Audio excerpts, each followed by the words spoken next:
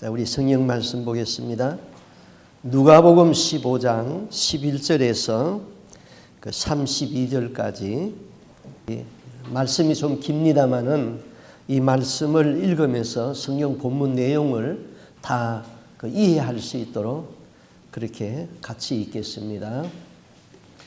또 이르시되 어떤 사람에게 두 아들이 있는데 그 둘째가 아버지에게 말하되 아버지의 재산 중에서 내게 돌아올 분깃을 내게 주소서 하는지라. 아버지가 그 살림을 각각 나눠 주었더니 그 후 며칠이 안 되어 둘째 아들이 재물을 다 모아 가지고 먼 나라에 가 거기서 허랑방탕하여 그 재산을 낭비하더니 다 없앤 후 그 나라에 크게 흉년이 들어 그가 비로소 궁핍한지라. 가서 그 나라 백성 중 한 사람에게 붙여 사니 그가 그를 들러 보내어 돼지를 치게 하였는데 그가 돼지 먹는 지음 열매로 배를 채우고자 하되 주는 자가 없는지라. 이에 스스로 돌이켜 이르되 내 아버지에게는 양식이 풍족한 품꾼이 얼마나 많은가. 나는 여기서 추려 죽는구나. 내가 일어나 아버지께 가서 이르기를 아버지, 내가 하늘과 아버지께 죄를 지어 싸우니 지금부터는 아버지의 아들이라 일컬음을 감당하지 못하겠나이다. 나를 품꾼의 하나로 보소서 하리라 하고 이에 일어나서 아버지께로 돌아가니라. 아직도 거리가 먼데 아버지가 그를 보고 측은히 여겨 달려가 목을 안고 입을 맞추니 아들이 이르되 아버지, 내가 하늘과 아버지께 죄를 지어 싸우니 지금부터는 아버지의 아들이라 일컬음을 감당하지 못하겠나이다 하나 아버지는 종들에게 이르되 제일 좋은 옷을 내어다가 입히고 손에 가락지를 끼우고 발에 신을 신기라. 그리고 살진 송아지를 끌어다가 잡으라. 우리가 먹고 즐기자. 이 내 아들은 죽었다가 다시 살아났으며 내가 잃었다가 다시 얻었노라 하니 그들이 즐거워하더라. 맏아들은 밭에 있다가 돌아와 집에 가까이 왔을 때에 풍악과 춤추는 소리를 듣고 한 종을 불러 이 무슨 일인가 물은데 대답하되 당신의 동생이 돌아왔음에 당신의 아버지가 건강한 그를 다시 맞아들이게 됨으로 인하여 살찐 송아지를 잡았나이다 하니 그가 노하여 들어가고자 하지 아니하거늘 아버지가 나와서 권한데 아버지께 대답하여 이르되 내가 여러 해 아버지를 섬겨 명을 어김이 없거늘 내게는 염소 새끼라도 주어 나와 내 벗으로 즐기게 하신 일이 없더니 아버지의 살림을 장녀들과 함께 삼켜버린 이 아들이 돌아오매 이를 위하여 살찐 송아지를 잡으셨나이다. 아버지가 이르되 예, 너는 항상 나와 함께 있으니 내 것이 다 네 것이로되 이 네 동생은 죽었다가 살아났으며 내가 잃었다가 얻었기로 우리가 즐거워하고 기뻐하는 것이 마땅하다 하니라. 아멘. 유대인들이 자녀 교육을 할 적에 자녀들에게 들려주는 그 이야기가 있습니다. 그 여우와 물고기 이야기입니다. 머리가 좋고 약삭 빠른 여우가 바닷가에 가가지고 물고기들에게 이렇게 얘기했습니다. 야, 얘들아, 너희 여기 다리 밑에서 사는 거 굉장히 위험하다. 어부들이 와서 그물을 던지잖아. 그리고 또 너희들이 바다에 살면은 거기는 큰 고기, 고래나 상어 같은 것들이 있어가지고 너희들을 잡아먹지. 그러니까 바다에서 살지 말고 육지로 올라와서 살아라. 육지에는 그런 위험이 없다. 여우의 말을 듣고 물고기들이 회의를 했습니다. 우리가 바다에서 살까 여우의 말대로 육지에 올라가서 살까 갑론을박하다가 결론을 내렸습니다. 여우야, 네 호의는 굉장히 고맙지만은 우리는 바다에서 살기로 했다. 유대인들은 자녀들에게 여기까지 이야기하고 그 다음에 질문을 합니다. 얘들아, 물고기가 바다에서 살지 아니하고 육지로 올라와서 살면은 어떻게 되지? 어떻게 됩니까? 죽지요. 자녀들이 죽지요. 그게 해답입니다. 우리 모두는 하나님의 백성입니다. 하나님의 백성은 세상이 아무리 좋아도 하나님 안에서 살아야 됩니다. 하나님을 떠나서는 행복할 수가 없습니다. 인간의 가장 행복한 자유는 하나님 안에 있습니다. 물을 떠난 고기가 사는 법이 없듯이 하나님을 떠나서는 되는 것이 없고 예수 떠난 영혼은 사는 법이 없는 것입니다. 오늘 읽은 성경에서 아버지의 곁을 떠났다가 돌아온 둘째 아들, 우리는 이 아들을 탕자라고 불렀습니다. 이것은 중생한 다음에 하나님의 백성이 된 이후에도 우리에게는, 여러분에게는 근본적으로 탕자의 기질이 있다는 것을 지금 말하고 있습니다. 탕자가 자기 몫의 재산을 가지고 다 먼 나라로 갔습니다. 아버지의 간섭과 아버지의 통제가 미치지 아니하는 자기 마음대로 살 수 있는 곳으로 갔습니다.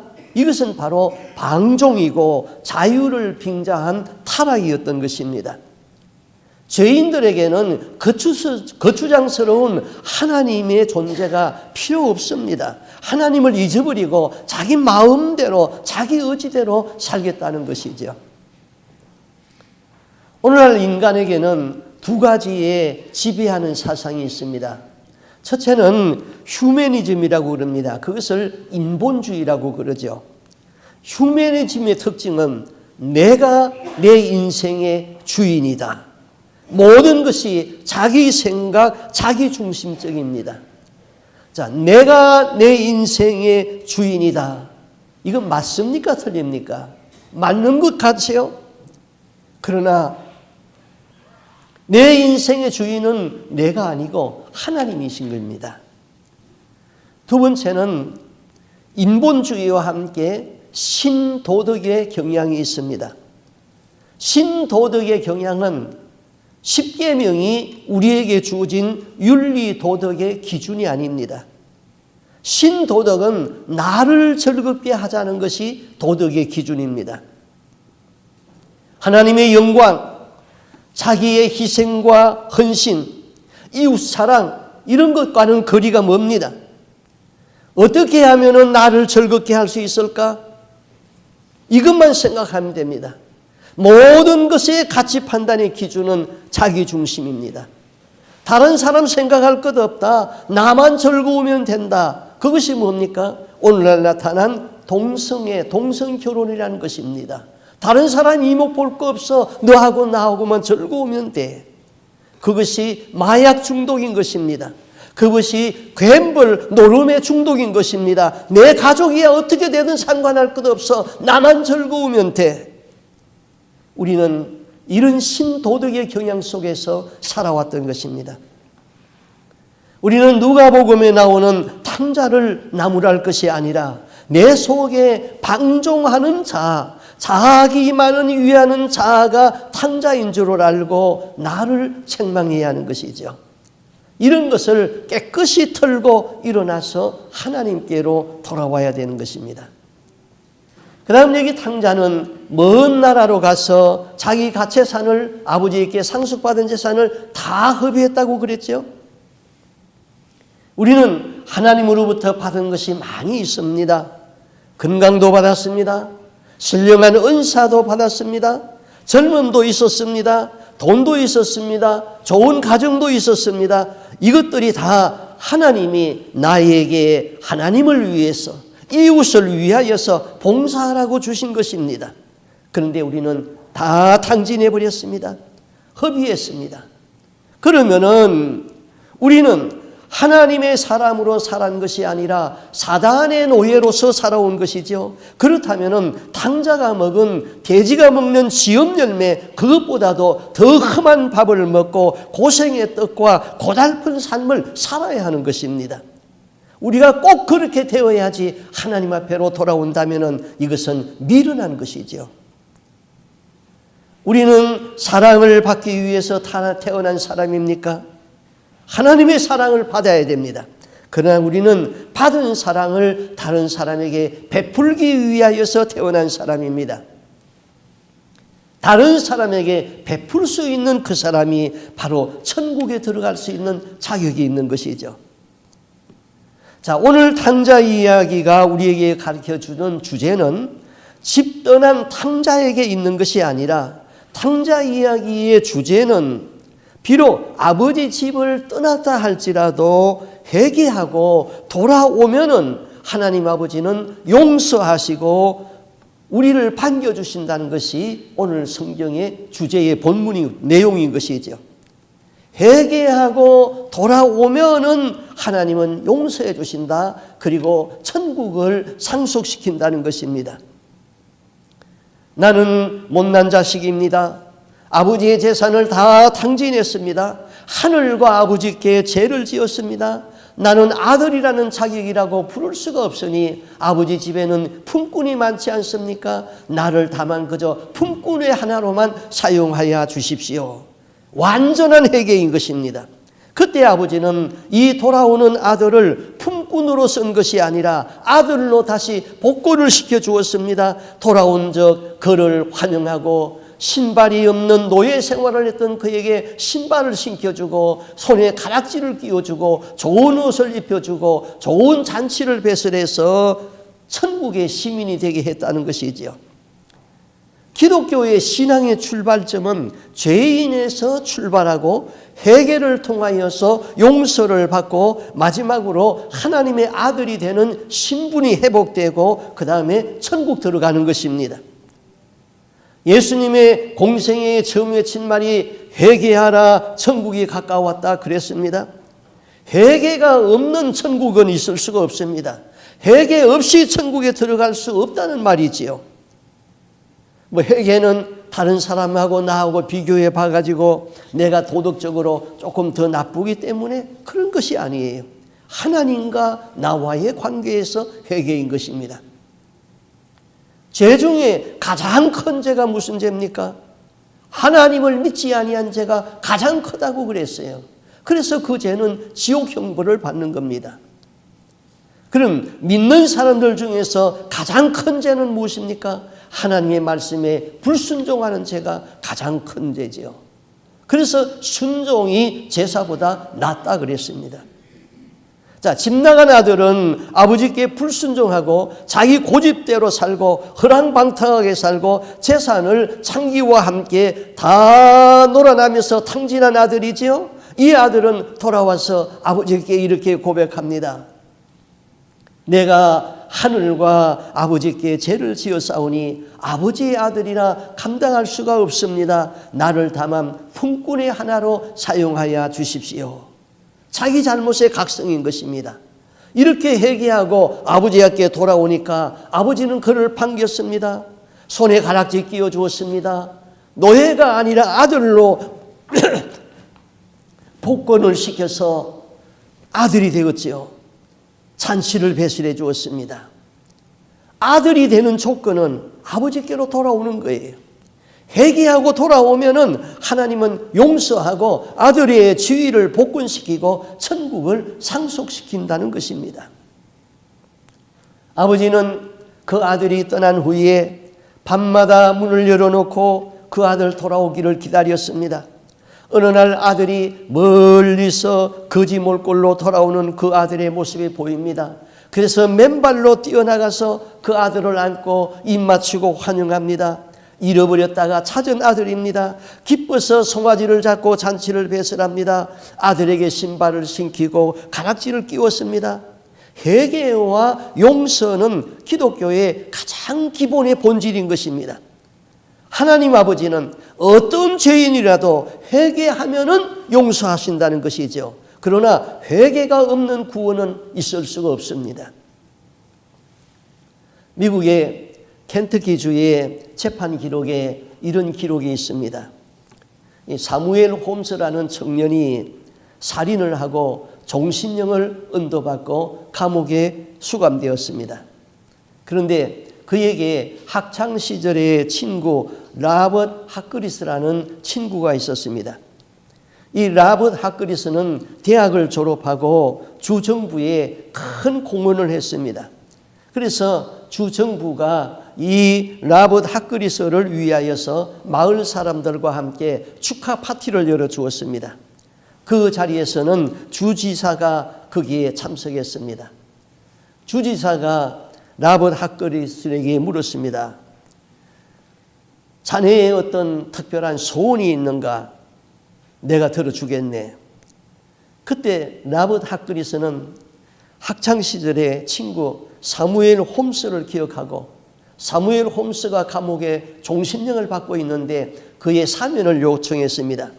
주지사님, 저에게는 학창시절의 친구가 있습니다. 그가 감옥에 갇혀 있습니다. 사무엘 홈스는 본래 심성이 착한 사람이었습니다.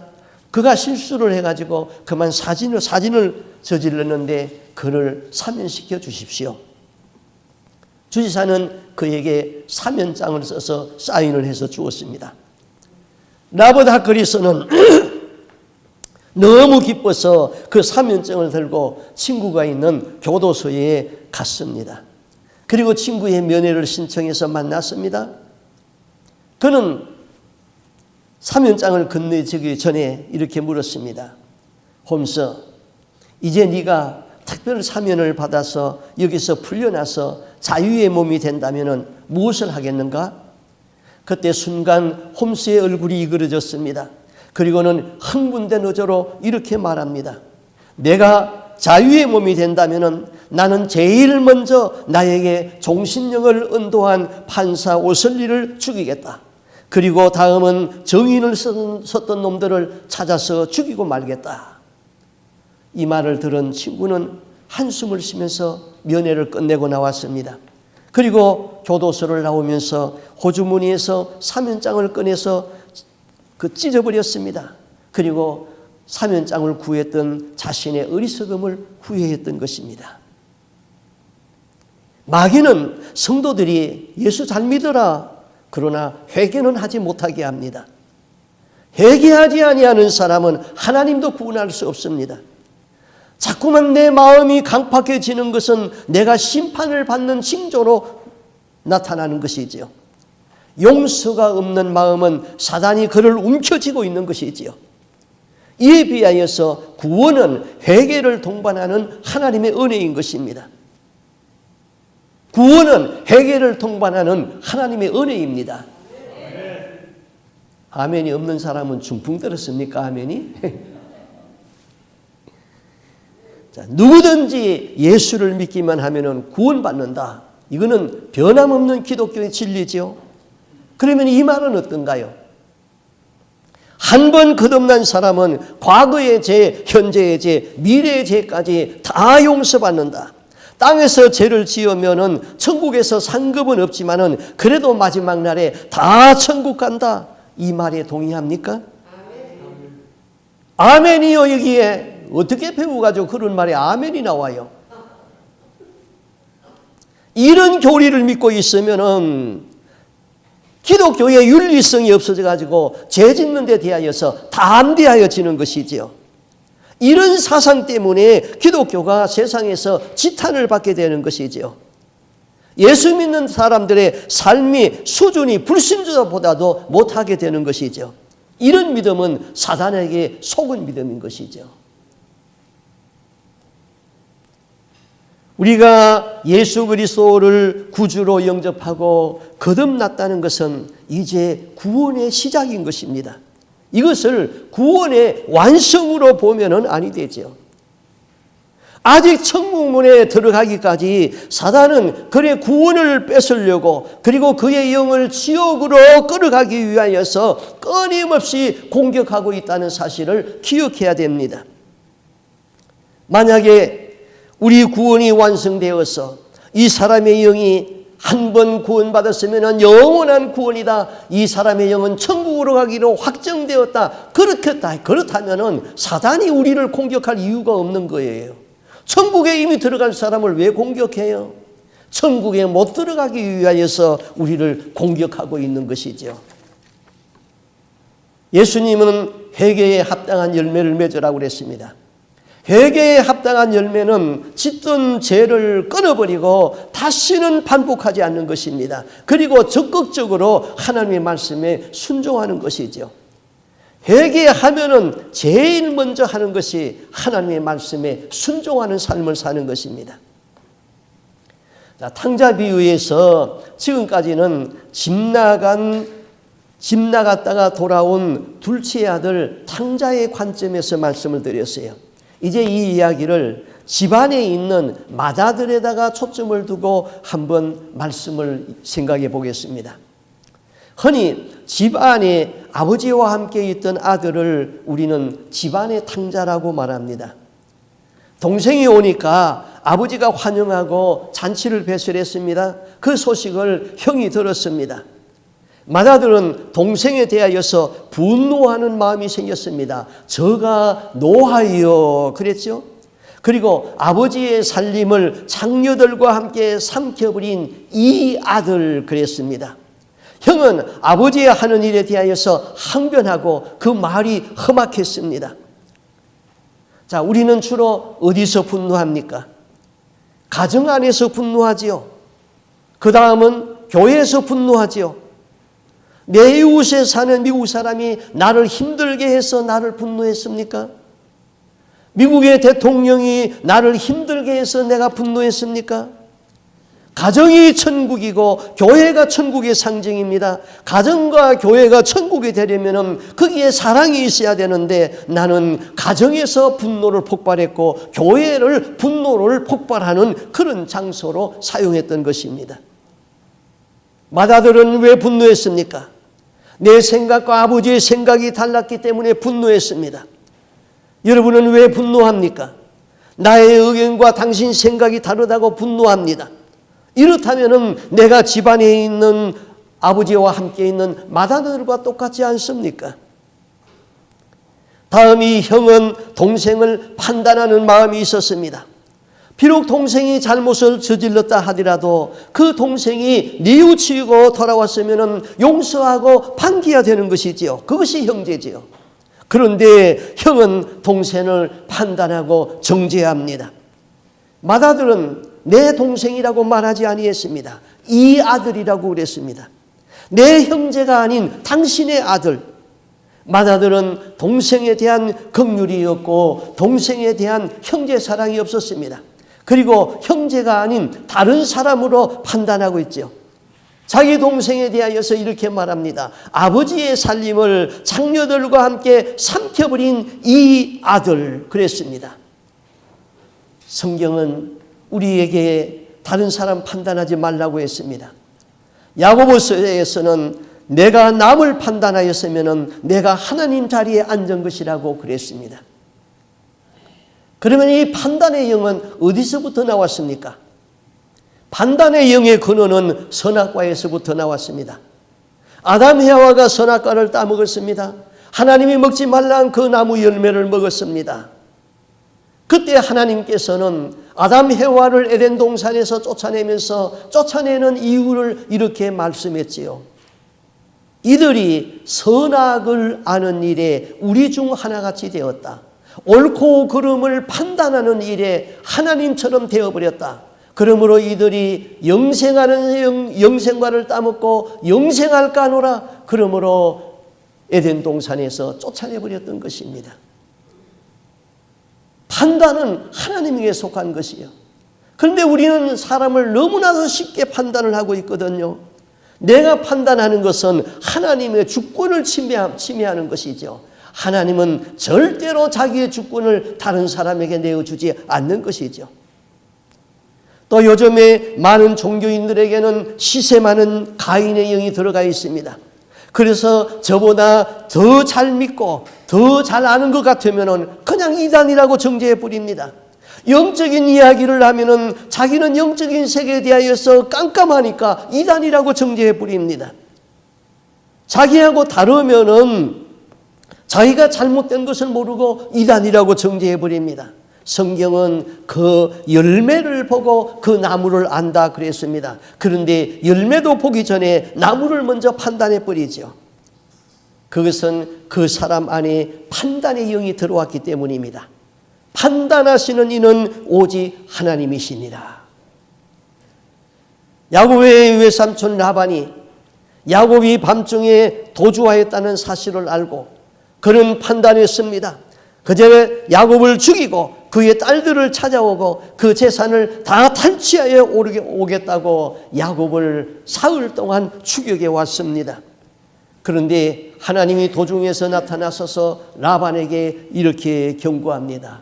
너는 선악간에 옳고 그름 간에 야곱에게 말하지 말라. 라반의 입장에서는 야곱을 판단하고 야곱을 죽이려고 하였지만은 하나님은 라반의 혀에 자물쇠를 채워버렸던 것입니다.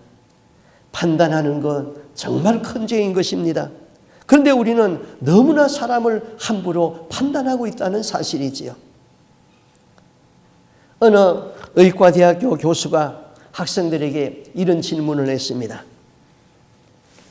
한 부부가 있는데 남편은 매독에 걸렸고 아내는 심한 폐결핵에 걸렸다.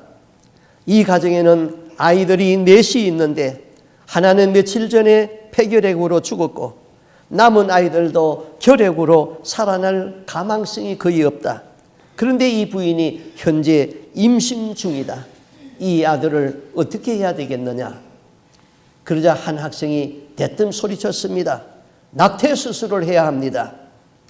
교수가 말했습니다. 자네는 지금 방금 베토벤을 죽였네. 이 불행한 상황에서 5번째로 태어난 사람이 바로 베토벤이었습니다. 아버지는 매독에 걸려 있었고 사남매 가운데 하나는 이미 죽었고 셋은 결핵에서 걸려 살 희망이 없는데 폐결핵의 중증인 어머니는 또 임신을 했습니다. 오늘의 어려워적 판단으로 낙태를 해야 한다고 결정을 내릴 수밖에 없습니다. 그러나 그 아이가 음악의 천재성을 가진 베토벤이었던 것이죠. 교수의 질문은 다시 계속되었습니다.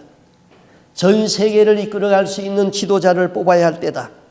여기 3명의 후보자들에 대한 사실들이 있다. 첫 번째 후보, 이 사람은 부패한 정치인들과 결탁을 하였고 점성술을 가지고 결정을 했으며 2명의 부인이 있고 줄담배를 피우고 하루에 8병의 술을 마십니다. 이 후보가 누구인 줄 압니까? 미국에 그렇게도 유명했던 프랭클린 루즈벨트 대통령. 두 번째 후보입니다. 이 사람은 2번이나 회사에서 잘린 적이 있으며 게을러서 정오에까지 잠을 자고 대학 시절에 막약을 복용한 적도 있고 위스키 4분의 1을 단번에 들이킵니다. 이 후보는 누구인 줄 압니까? 영국의 윈스턴 처칠. 마지막 한 후보가 있습니다. 이 사람은 전쟁 영웅입니다. 그는 철저한 채식주의자였습니다. 담배는 안 피웁니다. 그는 불륜 관계가 없는 사람입니다. 이 3사람 후보 중에 여러분이 지도자를 뽑는다면 누구를 선택하겠습니까? 마지막 단연 3번째 후보자이지요. 이 사람이 누구인 줄 압니까? 세계의 제2차 전쟁을 일으켰던 독일의 아돌프 히틀러. 판단은 하나님의 몫입니다. 원수 갖는 것도 하나님의 몫입니다. 내가 원수를 갖거나 내가 판단하는 것은 하나님의 주권 침해입니다. 지금 내 안에 판단하고 정죄하는 맏아들 탕자가 있습니다. 맏아들은 아버지와 함께 살고 있기 때문에 자기가 하나님께 버려진 탕자라는 사실을 지금 잊어버리고 있습니다. 동생은 집을 나갔다가 돌아온 탕자입니다. 그런데 집안의 맏아들 탕자는 집안에 있는 탕자라는 사실을 모르는 데에 문제가 있는 것이죠. 우리 천주교 신자와 불교 신자를 한번 비교해 볼까요? 둘 다 구원받을 수 없다는 것은 똑같습니다. 천주교인들이 처음부터 잘못된 것은 아닙니다. 천주교 교황 중에 아주 훌륭한 교황들이 있었습니다. 그 중에 한 분의 교황은 그레고리 교황인 것입니다. 그레고리는 로마의 귀족 가문에서 태어났습니다. 그리고 그는 광야의 수도사가 되었습니다. 명예도 버리고 물질도 버리고 부모로부터 받은 많은 유산을 가난한 자에게 다 나눠주고 그는 7개의 작은 수도원을 세웠습니다. 그런데 AD 590년에 당시 교황이 전염병에 걸려가지고 죽었습니다. 로마는 새로운 교황이 필요했습니다. 그래서 로마인들은 이 덕망이 높은 그레고리를 찾아가서 교황의 자리를 맡아달라고 요청을 했지요. 그레고리는 교황이 되는 것은 하늘이 내린 벌을 받는 직분이라고 생각했습니다. 그래서 그 자리를 사임했습니다. 그러나 반강제로 그는 교황에 추대되어서 교황이 되었습니다. 그가 교황이 되자 제일 첫 번째로 한 일은 베옷을 입고 성도들과 함께 로마의 거리를 그리며 행진을 했습니다. 당시에 로마에는 전염병이 만연하고 있었는데 이 전염병은 세상의 죄로 말미암아 하나님께서 내린 벌이라는 것을 직감했습니다. 그래서 그는 상복을 입고 다니면서 백성에게 회개만이 살 것이라고 외쳤습니다. 그때 그의 눈에 환상이 확 열려서 보였습니다. 재앙을 내리는 천사가 칼을 들고 있다가 그 칼을 다시 칼집에다가 꽂는 환상을 보게 됩니다. 전염병은 멈추었습니다. 그리고 그는 교회에 비싼 기물들을 팔았습니다. 그 돈으로 야만인들에게 포로로 잡혀가가지고 노예 생활하고 있는 사람들을 돈을 주고 사와서 가정으로 돌아가게 했습니다. 이재민들에게는 교회 물자를 팔아가지고는 구제품을 나눠주었습니다. 그는 군림하지 아니하고 겸손으로 사랑을 실천했습니다. 그의 별명은 종들의 종이었습니다. 그가 이런 말을 했죠. 세상의 신부는 올라감으로써 높은 곳에 이르지만은 우리는 사랑 안에서 낮아짐으로 높은 곳에 도달한다. 그런데 지금 천주교회는 변질되었지요. 지금의 천주교 신자들이 구원받을 수 없는 성경적 이유는 많이 있습니다. 천주교는 연옥수를 믿습니다. 연옥수를 믿고 있는 한 구원이 안 되지요. 천국에 못 가면은 연옥에라도 가 있다가 지상의 사람들의 공로로 천국에 가지. 우리가 구원받는 것은 예수 공로로 천국에 가는 것이지 지상의 사람들의 공로로 천국 가는 것 아닙니다. 예수 그리스도의 십자가의 공로 외에 다른 공로를 인정하겠다는 것은 예수님의 십자가에 피 흘린 것을 모독하는 것이죠. 또 그들은 기도할 적에 성모 마리아의 이름을 불러서 예수님께 부탁합니다. 죽은 마리아의 이름을 부르면서 기도한다는 것은 우리는 마리아가 우상이 된 걸로 보는 것이죠. 우리의 기도의 대상과 예배의 대상은 성부와 성자와 성령 하나님이십니다. 우리는 이 성부와 성자와 성령 외에 다른 이름을 불러가지고 하나님 앞에 기도하는 것이 아니지요. 우리는 죽은 사람들의 이름을 부르지 않습니다. 죽은 사람들의 이름을 불러서 기도하는 것은 바로 우상숭배에 해당되는 것이죠. 또 천주교회는 제사 지냅니다. 술 먹습니다. 제사는 그 나라의 문화라고 하면서 다 수용했습니다. 성경은 제사 지내는 것은 귀신과 교제하는 것이라고 그랬죠. 교제는 사귀는 것입니다. 귀신과 사귀고 있는 것이죠. 우리는 귀신과 사귀는 것이 아니라 성령과 교제하는 것이죠. 성령과 교제해야 되죠. 술 취하지 말라고 그랬는데 신부들도 술 먹고 술 취하고 있습니다. 그럼에도 천주교인들은 아버지와 함께 있습니다. 그들은 하나님을 믿고 예수 그리스도를 믿습니다. 예수 믿고 하나님을 믿는데 계속 죄를 지으면은 회개가 이루어지지 않으면은 구원이 이루어지지 않는 것이죠. 이에 비하여서 불교 신자는 어떻습니까? 불교는 다신론 사상이기 때문에 하나님도 인정하고 부처신도 믿고 있습니다. 그러나 불교는 기독교가 아닙니다. 불교 신자는 기독교 밖에 있습니다. 그러나 회개하고 하나님께로 돌아오면 됩니다. 천주교 신자는 기독교인입니다. 기독교인이 아버지 집에 있으니까 교회 안에 있기 때문에 돌아온다는 필요성을 못 느끼고 있는 것이죠. 탕자는 집을 나가보니까 배고픈 것을 알았습니다. 그래서 아버지의 집을 생각했습니다. 그런데 집안에 있는 마다들은 배고픈 줄을 모르고 지금 살고 있는 것이지요. 자, 천주교 신자를 예를 들었지만은 우리 안에는 집안에 있는 탕자, 마다들의 근성이 없습니까? 예수는 오래 믿었습니다. 기도할 적에 입술로 나는 죄인입니다 하고 죄를 고백하기는 하였어도 정말로 통회하면서 눈물을 흘리면서 회개는 했습니까? 나는 교회에서 귀한 직분을 가지고 있습니다. 매주일 봉사하고 있습니다. 그런데 다른 사람을 정죄하고 판단하고 있지 않습니까? 동생 아벨이 드린 제물은 하나님이 받으시고 내가 드린 제물은 하나님이 받지 아니했다고 동생을 시샘하는 가인의 영이 내 안에 있는데 이것은 어떻게 하려고 합니까? 나는 교회 안에 있는 탕자가 아닙니까?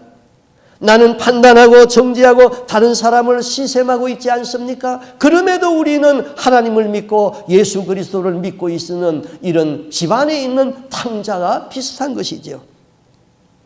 여기 탕자 비유에서 큰아들은 지극히 이기적인 마음을 가졌습니다.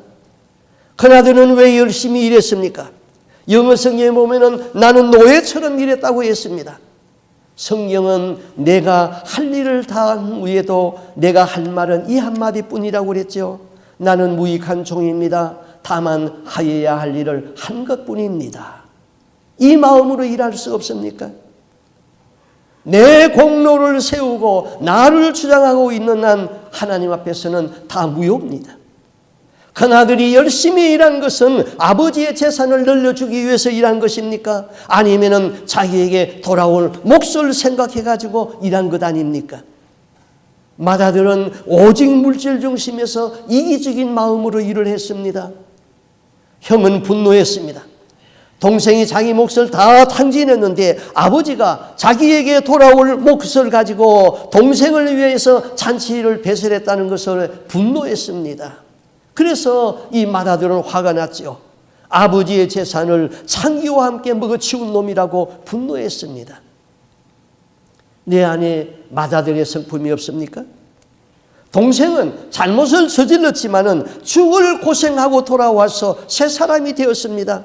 그러나 집안의 형은 전혀 바뀌지 아니하고 남을 정죄하고 판단하고 있습니다. 이 형은 동네 사람들 보기에는 착한 아들처럼 보였지만은 아버지의 마음 깊숙이에 고통을 주는 불효자식이었습니다. 우리는 자칫하면은 사람들에게 칭찬받을 수 있는 훌륭한 신앙이면서 하나님께는 고통과 걱정을 끼치는 불효 신앙이 될 수 있다는 것을 잊지 말아야 됩니다. 탕자의 비유가 우리에게 가르쳐주는 근본 진리는 집 나간 탕자에 있는 것이 아니라 용서하는 아버지의 사랑입니다. 나는 못난 자식입니다. 아버지의 재산을 탕진했습니다. 하늘과 아버지께 죄를 지었습니다. 나를 품꾼의 하나로 써주십시오.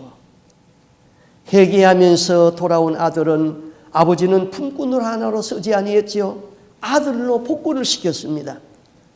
아버지는 떠나갔던 그 아들을 측은히 여기며 고통을 분담했습니다. 돌아온 적 그를 위하여서 잔치를 배설했습니다. 아들의 지위가 회복되었습니다. 우리 하나님은 풍성하신 하나님이라고 그랬지요. 사랑이 풍성합니다. 인자가 풍성합니다. 그의 창고가 넘쳐납니다. 구하는 자에게 구하는 것 이상으로 주신다고 그랬습니다. 우리는 이러한 아버지의 사랑 안에서만이 행복합니다. 오늘 말씀에서 내가 집 나간 탕자인가 아닌가? 내가 집안에 있는 맏아들 집안의 탕자인가 아닌가? 형제를 판단하고 정죄한 일은 없는가? 내 가족에 내가 분노하지는 않았는가? 교회 안에서 내가 그 사람 싫다고 외면하지는 않았는가? 다른 사람 잘된 것을 내가 시샘하지는 않았는가? 천국은 하나님께로 돌아오는 자의 것입니다. 천국은 회개하는 자가 가는 곳입니다. 바른 회개가 이루어지고 아버지의 아들이라는 이 특권이 회복되고 우리 모두가 천국을 상속받을 수 있기를 주님의 이름으로 축복합니다. 아멘. 기도하겠습니다. 하나님 아버지, 우리는 집 나간 탕자였습니다. 이제 회개하고 주님 앞으로 돌아왔습니다. 회개가 있는 한 아버지는 용서하시고 우리를 세상에 물들은 그대로 버려두지 아니하시고 아들의 지위를 복권하시고 천국을 상속하여 주시니 우리는 감사하고 감사할 것뿐입니다. 그러나 하나님 아버지, 우리 속에는 집안에 있는 탕자의 기질이 그대로 있습니다. 하나님, 내 가족을 사랑해야 할 텐데 내 가족에게 나는 분노했습니다. 교회 안에서는 서로 사랑해야 되는데 성도들 간에 시샘하고 판단하고 분냈습니다. 이것을 교회 안에 있어서 이런 일이 일어나고 있으니 이것은 내 안에 맏아들의 기질의 성품이 그대로 남아있기 때문인 것입니다. 하나님 아버지, 우리 안에 있는 가인의 시샘하는 영을 성령의 불로 태워 주시옵소서. 선악과를 먹고 판단하는 영을 버리게 하여 주시옵시고 내 눈에 있는 덜보를 보게 하여 주옵소서. 다른 사람의 눈에 티를 보기 전에 내 눈에 덜보를 보고 판단을 금할 수 있도록 입술에 파수꾼을 세워 주시옵소서. 하나님 아버지, 그래서 우리가 아버지 안에 있고 아버지가 내 안에 있고 우리가 마지막 날 다 천국의 아들의 지위를 얻어서 천국을 상속받을 수 있는 하나님의 특권으로 살아갈 수 있는 하나님의 백성들이 다 되게 하여 주시옵소서. 회개하는 사람의 첫걸음이 순종인 것을 깨닫고 아버지의 말씀에 날마다 순종하며 살아가는 저희들의 삶이 되기를 간절히 소원하옵고 존귀하신 예수님 이름으로 기도하옵나이다. 아멘.